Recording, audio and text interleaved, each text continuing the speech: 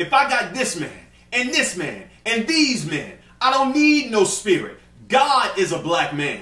If that wasn't a scene out of Spike Lee's joint, I don't know what was. What's up, y'all? It's your guy Dawson from D&D TV.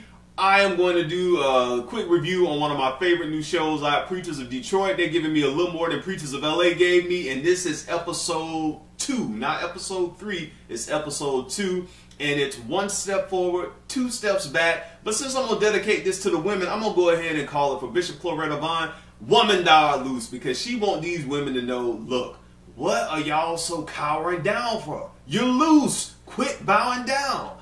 All right, so we're going to get on the first scene that happens. Pastor David Bullock meets up with Bishop Ellis, and they talk about this protest. Bishop Ellis said, yeah, I'll join, but he does kind of reprimand Pastor Bullock for his attitude towards the preachers in the powwow, and basically tells him that if I bring some people with me and they happen to drive Escalades, Beamers, Mercedes, or whatever, they don't need you talking down to them about their money. And you can see Pastor Bullock is sitting there kind of like, It's just like he has a problem with preachers who have money and all that kind of stuff.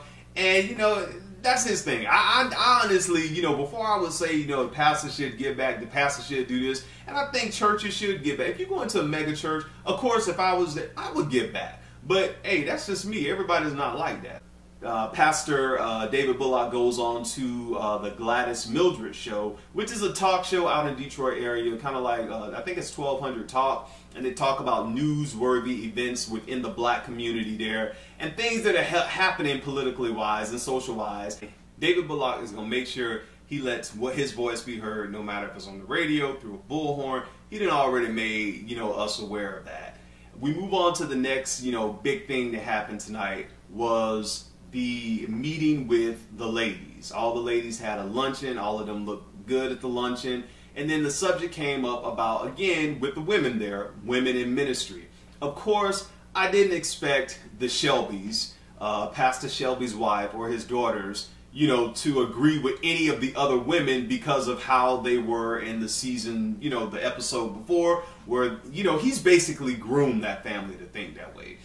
And I think that's okay. That's his family. That's his wife. That's his kids. But in reality, you know, to think that you just submit to anybody and, you know, just put your life in people's hands, I think those days are played out, because nowadays, men leaving. Men not staying married for the long haul. Men take the money and run. Some women do it too. And I think that you do women a disservice to tell them that submit all whatever your husband say, go whatever your husband say, go, because I work down here in the field with HIV and AIDS, and there been some women who done got messed up because they submitted to their husband, but the husband was submitting to them in more ways than one. And so for you, you know, so to me, a lot of that has to really be analyzed for this day and age, because everybody ain't submitting. Really, everybody ain't submitting. And I think it's okay for a woman to want to have that if that's what you have in your relationship, but to think that, like what's his name, Bishop Langston's wife said, that Bishop Langston had to prove to her that she could trust him to lead. And I think now you have women who don't let a man prove to them that he can pay bills, that he can take care of situations, that he can be a man, that he could take care of himself before he met you. Women don't do that now. So you have a lot of women who get, you know, basically railroaded because they have that mentality to give everything to a man, and he get with you and use you up, and then he on to the next one and on to the next one, and then you up here love, oh, all men dogs, they ain't no good and all this kind of stuff, because of some of that same philosophy. And I think it goes back to what some of the women were saying at the table, is that first he has to submit to God first. You know, submit to God, and then you got to see, can he take care of himself?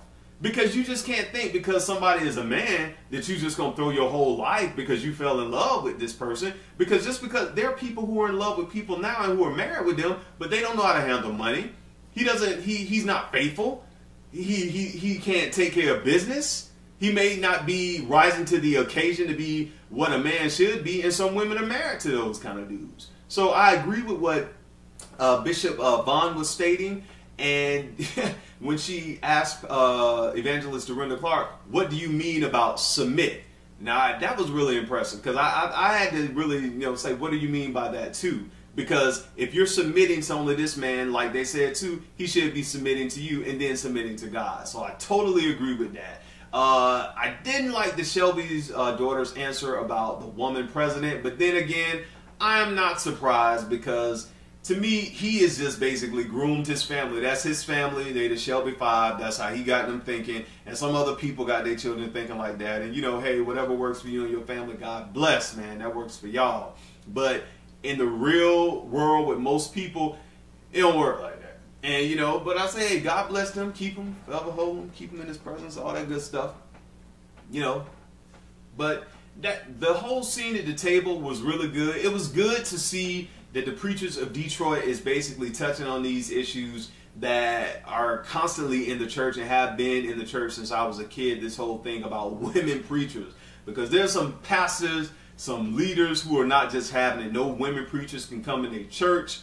You can't even be a missionary coming in there talking about speaking. Women sit down, the men on the pulpit. Ain't nobody's coming in, no woman coming in there to say something. So for them to have the audacity to even bring these topics to television like this in a broad way, so many people of different denominations can see and have this sort of dialogue, about women preachers, I think that's real good. And Bishop Corletta Vaughn, she's not changing. She's not changing. She's gonna stay the way she is no matter what. She believes God has called her to be a bishop. It's working for her, and she's gonna stand in it. And I had to think too. I was listening to Bishop Ernestine Reams, and there was a video she did on YouTube, and basically she talked about some of the same stuff about how people were against her when she was in ministry and saying all this type of stuff, but she never fought with people. She never went back and forth with people. She just kept on preaching, kept on ministering, going around the world, doing what God told her to do, paid off her building. She was a mother, she was a wife, she was a bishop, and she just kept doing what she was doing. And I thought that was so key, because it lets me know that if you just stay on your task, no matter if people are for you, if they're against you, if they don't understand your dreams, if they don't understand what God has called you to do or what you're called to do in this world, it's not for them to understand, because God didn't give it to them. God gave it to you. So you just have to walk it out for yourself. You can't make everybody jump on the bandwagon. Some people will never jump on the bandwagon, even when they see the manifestation of the fruits of what you're doing. They just won't do that. That's just life. So, keep doing your thing, Bishop Vaughn. Keep doing your thing. You keeping me tuning in to Preachers of Detroit. Then we get on the rally. Of course, Pastor Bullock is there. He's gathered some people in the community.